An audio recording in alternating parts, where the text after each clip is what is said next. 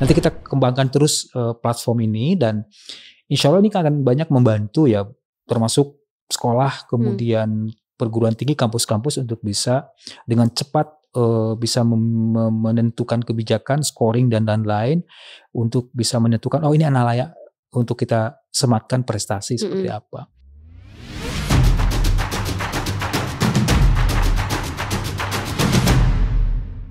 Nah, mungkin kembali ke Beasiswa Indonesia Maju itu sendiri, mungkin Sobat Belajar juga banyak yang penasaran Pak. Sebetulnya proses seleksinya tuh bagaimana sih Pak? Iya. Jadi untuk Sobat Belajar dan Sobat Prestasi, kalau di prestasi ada Sobat Prestasi. Ya. Setelah belajar harus berprestasi. Oke. Ya kan?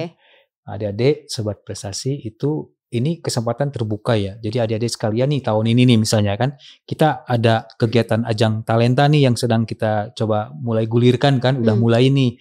SD, SMP kemarin yang Olimpiade Sains Nasional tingkat SD, tingkat SMP sudah mulai tuh secara online semuanya kan pokoknya kita migrasikan selama masa pandemi ini kan semua secara online. Adik-adik pasti sudah tahu.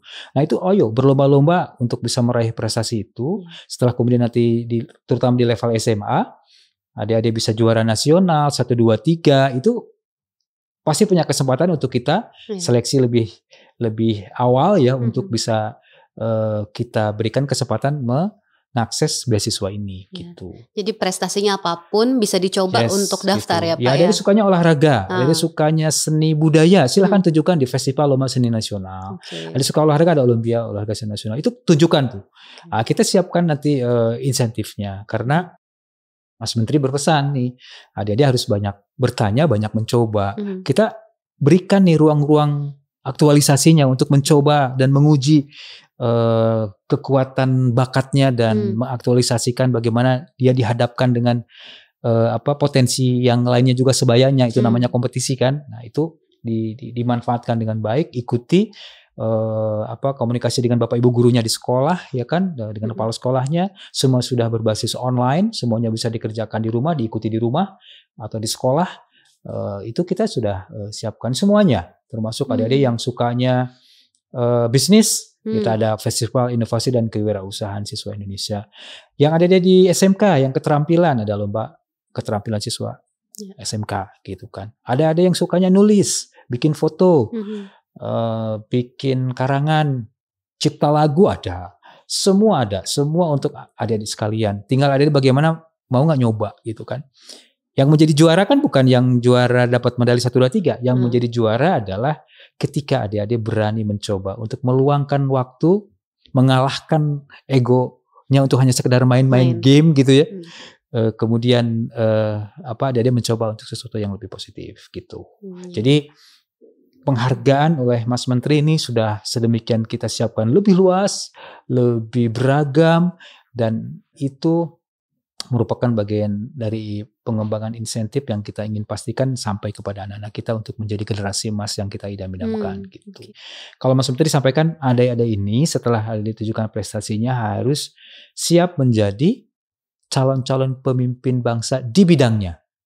Terserah adik-adik mau jadi apa yang positif ya, gitu. Mau jadi peneliti, mau jadi olahragawan, mau jadi dosen, mau jadi guru, mau jadi apapun yang adik-adik bayangkan sebagai bekal untuk meretas masa depan yang bermanfaat bagi dirinya, keluarga, bangsa, dan negara. Itulah setinggi-tingginya prestasi.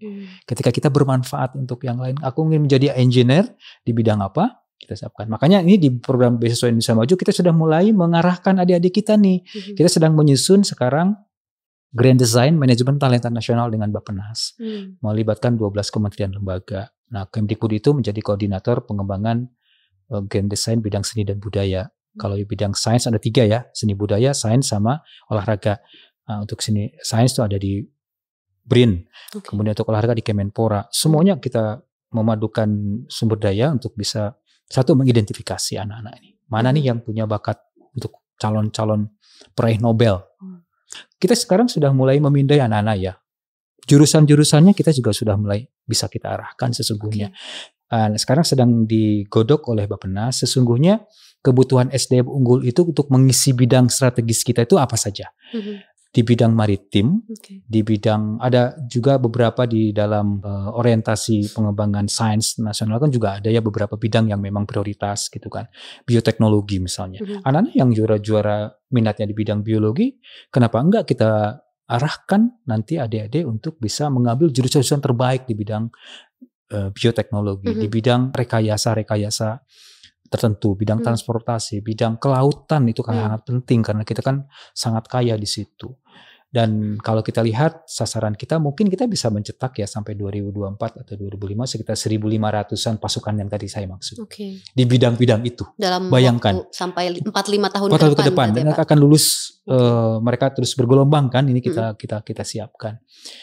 Itu jadi harapannya ya mereka akan menjadi para pemimpin yang kita beri kesempatan untuk bisa menimba ilmu bahkan di luar negeri karena itu nanti mereka akan punya pengalaman yang unik di sana ya yang mungkin tidak semua anak bisa peroleh untuk bisa menjadi calon-calon pemimpin kita yang punya basic kompetensi global gitu yang kita inginkan. Gitu. Itu mungkin salah satu keistimewaan untuk ketika kuliah di luar negeri begitu ya Pak ya. Betul. Walaupun kita juga sama memberikan kesempatan mereka juga untuk di perguruan tinggi terbaik di Indonesia. Ya kita juga memberikan pilihan kepada anak-anak kita ya gitu dan saya kira dengan program ini perguruan tinggi dalam negeri pun yang sejatinya kan juga memperoleh dampak yang baik ya. Kita juga akan kembangkan kerjasama bagaimana antara perguruan tinggi nama kita juga dengan perguruan tinggi dalam luar negeri dan itu ada di Dikti ya di situ dalam hal ini pengembangannya. Pak, tadi menarik ketika Bapak menyebutkan bahwa pemerintah mencoba untuk memindai kebutuhan di bidang apa sih beberapa tahun ke depan begitu. Nah, apakah itu artinya pemerintah sudah menetapkan dalam hal ini Pusperesnas begitu ya, sudah menetapkan daftar jurusan dan juga kampus mana saja? Kalau tadi Bapak sebutkan 20 kampus terbaik di dunia misalnya. Apakah juga itu termasuk jurusannya ditentukan? Atau bagaimana? Iya, sampai kepada jurusan di beberapa bidang ya. Dan itu sudah ada listnya. Itu kan ada kalau LPDP itu kalau tidak salah 100 sasaran perguruan tinggi kan. Di Cendik itu ada 60, kami peras lagi menjadi 20. Dan jurusan-jurusannya sangat terlihat. Dan di situ kita bisa anak-anak bisa memilih itu jurusan-jurusan yang mereka minati. Karena anak-anak pinter, anak-anak prestasi ini juga ada yang sudah memang mencita-citakan ingin masuk jurusan itu karena dia tahu di situ ada laboratoriumnya yang keren, ada guru besarnya yang dia idolakan gitu. Karena dia kan mempelajari itu gitu. Itu kita juga fasilitasi. Atau mungkin dia pernah juara Olimpiade penelitian siswa Indonesia baik nasional atau internasional. Mereka kan punya riset, punya angan-angan terkait dengan inventionnya. Itu kan baik yang berbentuk barang atau pendekatan ya. Kan mereka sudah punya cita-cita loh anak-anak itu. Saya mau masuk ke perguruan tinggi ini karena saya meneruskan nih penelitian saya terkait dengan apa gitu kan. Itu keren-keren anak-anak kita gitu. Bayangkan tiap tahun itu ada sampai 2.500 ide karya ilmiah dari anak-anak kita yang masuk di Olimpiade Penelitian Siswa Indonesia. Bahkan sekarang tingkat SMP udah kita mulai. Jadi kalau kita membayangkan calon-calon penerima hadiah Nobel bahkan ya, atau calon-calon ilmuwan sudah bisa kita detect sejak SMP loh. Karena kita punya ajang yang mulai tahun kemarin. Namanya Olimpiade Penelitian Siswa Indonesia tingkat SMP. Di SMA juga ada. Dari perguruan tinggi juga ada Pekan Ilmiah Mahasiswa Nasional namanya PIMNAS. Nah itu satu benang merah yang sedang kita coba kuatkan untuk bisa memastikan kita bisa mendeteksi sejak dini minat anak-anak. Yang penting mereka kan cinta terhadap penelitian dulu ya kan. Kalau mau jadi ilmuwan kalau tidak cinta terhadap bidang dan penelitiannya agak susah ya. Nah dengan BRIN kita sedang disusun di dalam grand design bagaimana nih supaya nanti anak-anak kita nih, ini anak-anak udah ketahuan nih minatnya meneliti. Dia berprestasi di ajang kita masuk SMA, masuk perguruan tinggi, ya sudah kita arahkan aja. Adik, ini penelitian ininya ya, kamu ambil jurusan ini ya seperti apa gitu. Nah kita nanti diskusi dengan anak-anak. Oleh karena itu dalam masa enrichment di BIM itu kita juga akan dekati anak-anak secara psikologis dan secara kan anak-anak kan masih galau. Anak-anak kelas 11 12 kan masih galau. Kadang-kadang aku mau jurusan pilih ini ya. Gitu ya. Passionnya kan masih bisa pindah. Jangan kan itu di tingkat mahasiswa pun kalau saya bicara dengan para rektor ya masih belum mantap. Hmm. Kita juga merasa dulu kan juga kuliah kadang ini bener nggak sih jurusan ini yang kita ambil gitu kan. Kadang-kadang pindah jurusan, kadang-kadang mungkin juga bergerak tidak di jurusannya dan lain-lain gitu kan. Nah ini juga kita dalam program enrichment kita itu kita coba untuk yang beasiswa Indonesia Maju ini kita coba perkaya sehingga anak-anak punya wawasan keilmuan, keterampilan dan memilih bidang yang nanti kita bisa arahkan dan kita sebagai orang dewasa ya, Kementerian Pendidikan dengan BRIN dengan Bappenas juga sekarang menyusun sesungguhnya ekosistemnya apa sih yang kita bangun gitu. Itu baru bidang sains ya, belum bidang olahraga, bidang seni budaya. Nanti intervensi dan polanya itu saja akan berbeda dengan yang anak-anak berprestasi di bidang sains. Apakah itu artinya misalkan sobat belajar yang mendaftar mengikuti program persiapan beasiswa S1 itu juga nanti akan dibantu untuk memantapkan hatinya memilih jurusan begitu Pak? Iya betul, sebenarnya itu kan harusnya tugas sekolah ya. Ketika mereka masuk kelas 11, kelas 12 ada di konseling dan sebagainya. Tapi mereka kan bisa daftar kan ke kita. Kan prosesnya kan mereka mendaftar, mengupload di server kita prestasinya, kemudian kita seleksi gitu. Dan kita kemudian ini sedang berlangsung wawancara nih hari ini, beberapa hari ini sedang berlangsung wawancara tes substansi dan tes wawasan kebangsaan. Kita ingin memastikan anak-anak ini kan anak-anak yang punya potensi besar untuk terus bersemangat dan mencoba petualangan baru bagi mereka, ya kan? Karena banyak juga anak-anak yang bahkan keluarga juga yang merasa bahwa bahwa anaknya berprestasi belum rela untuk bisa melepas anaknya jauh kuliah gitu kan. Apalagi anak kelas 11, kelas 12 kan masih ini kita dalam pembinaan ini kita coba dampingi dan kita lakukan enrichment, berbagai enrichment untuk itu gitu. Jadi sebenarnya mungkin mereka ada pernah mimpi, pernah ada dalam lubuk hati yang kecil. Nah kita coba untuk menghidupkan ini dan kita memperkuat program ini dan beasiswa kita siapkan. Pak, kalau misalkan untuk teman-teman yang menjadi awardee gitu ya, penerima beasiswa BIM ini, entah itu di dalam negeri atau di luar negeri, apakah mereka punya kewajiban untuk mengabdi di Indonesia selama beberapa waktu begitu atau bagaimana? Wajib. Apapun cara dan mekanismenya, langsung atau tidak langsung, besar atau kecil, sesungguhnya itu sudah menjadi kewajiban moral anak-anak kita bahwa kita punya Indonesia. Adik-adik bisa bergerak dan posisi berkiprah di mana saja. Sekarang kan juga jarak dan waktu bukan masalah kan. Tapi yang jelas ada kontribusinya gitu. Nah kita juga sedang kembangkan skema pengabdiannya seperti apa. Melalui magang, melalui skema pengabdian beberapa kerjasama dan sedang kita kembangkan. Ini kan baru mulai nih, baru setahun lalu kan, rintisan udah ada 150. Nanti kan 3-4 tahun ke depan kan sudah lulus nih mereka.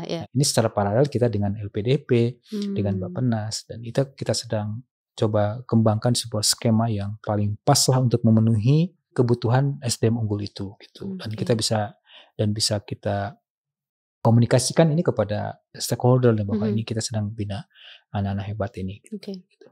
Tapi kalau dari Bapak sendiri begitu selaku Kepala Puspresnas begitu ya Pak, apa sih Pak sebetulnya yang diharapkan oleh Kemdikbudristek? Kontribusi seperti apa yang diharapkan dari para lulusan beasiswa Indonesia Maju ini? Harapannya ya mereka bisa menjadi pengembang ilmu pengetahuan itu sendiri kalau di bidang sains ya. Kalau di bidang olahraga menjadi para peraih medali olimpiade sasaran kita. Ada 14 cabang olahraga gitu kan. Di bidang seni budaya mestinya mereka bisa menjadi penggerak industri kreatif kita gitu. Jadi harapannya seperti itu, anak-anak bisa menjadi apa saja dan mereka bisa menjadi pemimpin di bidangnya dan bisa berkiprah di situ. Dan ini dengan program ini kan harapannya kita bisa memfasilitasi itu. Tentu saja tidak mungkin kita semua ya, harus dibangun ekosistemnya seperti apa untuk bisa mengkapitalisasi dan mengakuisisi potensi-potensi ini gitu. Bapak Presiden kan sudah jelas menginginkan bahwa anak-anak ini harus dimanage dengan baik, makanya ada manajemen talenta nasional itu. Dan ini merupakan bagian dari instrumen untuk bisa memastikan bahwa anak ini bisa diarahkan dengan baik. Gitu. Baik.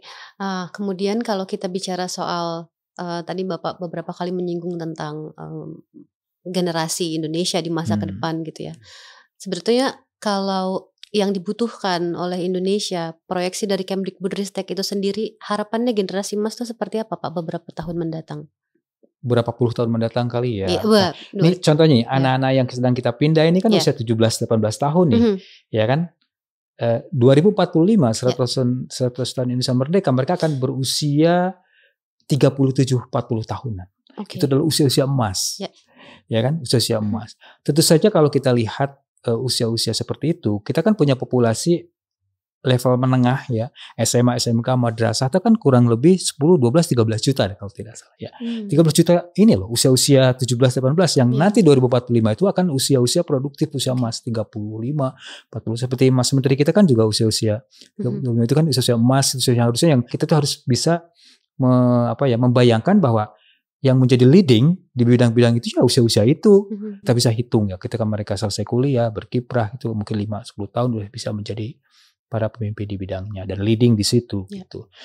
Nah, berarti kita punya potensi untuk bisa melahirkan sampai mestinya ya itu ya kalau 10%-nya dari 13 kan 1,3 1,5 juta. Tahun 2045 itu hitungan kasar kita ya. Ini sedang digodok juga dengan Bappenas sebenarnya. Itu seperti apa kita kalau mau kita quick win generasi emas kita itu seperti itu. Yang jelas kita bina langsung, kita masukkan di dalam talent pool kita kan bisa kita kondisikan, bisa kita hitung, bisa kita bina berkelanjutan gitu. Dan tinggallah nanti kita undang partisipasi masyarakat untuk bisa sama-sama mendampingi anak-anak ini, diberikan kesempatan yang luas, diberikan kepercayaan, kemudian ekosistem dan lingkungan profesionalnya mendukung. Kalau kita kan sudah menciptakan lingkungan belajarnya kan di Kemdikbudristek gitu kan, selebihnya kan lingkungan profesional yang mereka harus tempuh dan itu adalah samudra persaingan yang sesungguhnya yang mereka anak-anak harus survive dengan pilihannya, dengan passionnya dan itu harapan kita gitu. Dan kita bisa mulai itu melalui kegiatan-kegiatan kita kan gitu.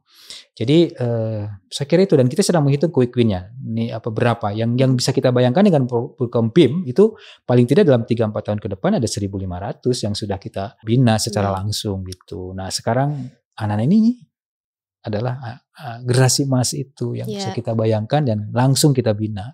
Yang lain-lain itu saja masih banyak yang berkembang dan kita kan menciptakan lingkungannya yang mendukung untuk itu kan gitu. Sebagai orang tua, sebagai pemerintah, ya sebagai siapapun harus bisa memberikan lingkungan yang positif untuk anak-anak ini berkembang. Gitu. Kalau dulu mungkin Presiden Soekarno bilang berikan saya 10 pemuda akan saya guncangkan dunia. Nah, ini dengan 153 anak yang sedang dibina yang mau masuk sekolah ya Pak. Tahun ini. Bayangkan apa yang bisa dicapai oleh Indonesia begitu ya Pak. Maksudnya ya kan. Jadi kita ya suatu saat kita tidak ada lagi ya ketergantungan di dalam pengembangan ilmu dan teknologi itu kan kunci kemajuan. Di pundak anak-anak lah kita berikan harapan dan mereka akan menjadi tulang punggung dan punggungnya harus kita kuatkan, kita tumbuhkan sejak dini melalui program berbagai macam program insentif yang kita berikan kepada anak-anak kita gitu. Jadi inilah investasi strategis dan sangat besar ya untuk anak kita gitu. Apalagi kalau kita bicara persaingan kan, persaingan global gitu kan, itu setiap bangsa, setiap negara ya punya strateginya sendiri-sendiri kan. Ya kita pun sama, kita menginginkan anak-anak ini punya peran yang besar untuk menjadi tulang punggung untuk memenangkan persaingan dan meraih masa depan yang gemilang. Oke, mungkin terakhir Pak, pesan Bapak untuk para sobat belajar di rumah yang berprestasi, yang sekarang sedang menempuh pendidikan di sekolah begitu, bagaimana untuk memotivasi mereka untuk terus mengejar beasiswa mungkin atau melanjutkan pendidikan? Ya, beasiswa itu hanya salah satu insentif, hadiah, penghargaan. Tapi yang sesungguhnya harus adik-adik taklukkan adalah bagaimana sekecil apapun kita belajar dengan sungguh-sungguh dan kemudian mencoba meraih banyak kesempatan untuk berprestasi di banyak kesempatan. Terus mencoba dan terus belajar. Apalagi sekarang di sekolah sudah dimerdekakan kan, sudah ada merdeka belajar di sekolah, suasananya sudah suasana yang didorong oleh kebijakan dari Mas Menteri untuk bisa untuk memungkinkan semua potensi itu bisa berkembang gitu dan prestasi itu juga sangat luas bisa ada diraih. Teruskan bermimpi dan jangan lupa rajin terus belajar untuk bisa mewujudkan mimpi itu dan kita siap untuk bisa meraih adik-adik dan terus berkembang untuk apa yang adik-adik idam-idamkan, kan yang dicita-citakan gitu. Ya, baik, terima kasih Pak. Nah, untuk Sobat Belajar, bila ingin tahu lebih lanjut informasi tentang Beasiswa Indonesia Maju, bisa buka laman di Pusat Prestasi Nasional.kemdikbud.go.id/beasiswa-Indonesia-Maju. Begitu ya Pak? Iya, jadi silahkan dibuka dan adik-adik akan kami ajak untuk berpetualang. Ya, your talent, your adventure, your future. Nah, itu jadi kita hanya ingin mengundang adik-adik untuk mencoba berpetualang, menguji diri untuk berprestasi. Jadi dari Sobat Belajar, ayo kita menjadi Sobat Prestasi. Your Gitu. talent, your adventure, your future. Itu quotes-nya menarik Pak. Yeah. Baik, terima kasih banyak Pak Asep atas semua ilmunya yang di-share hari ini. Saya yakin itu pasti banyak bermanfaat untuk Sobat Belajar yang ada di rumah. Terima kasih sekali lagi untuk waktunya Pak. Sehat-sehat selalu. Ya, kepada adik-adik semua tetap jaga kesehatan. Ini masa liburan sekolah ya, dan tetap belajar dengan tekun. Ada berbagai macam ajang yang kita tawarkan, ikuti. Ayo menjadi Sobat Prestasi. Terima kasih. Baik, terima kasih banyak Pak atas waktunya. Baik Sobat Belajar, cukup sampai di sini perbincangan kita pada hari ini. Ikuti terus dan jangan sampai ketinggalan ya episode podcast lainnya, karena banyak sekali perbincangan seru dan info menarik yang akan bisa kalian dapatkan. Nah, jangan lupa untuk like, komen, subscribe channel YouTube kami di Ditjen PAUD Dikdasmen. Saya Tiara Gusman undur diri, salam sehat, selamat beraktivitas, dan salam berani belajar berubah.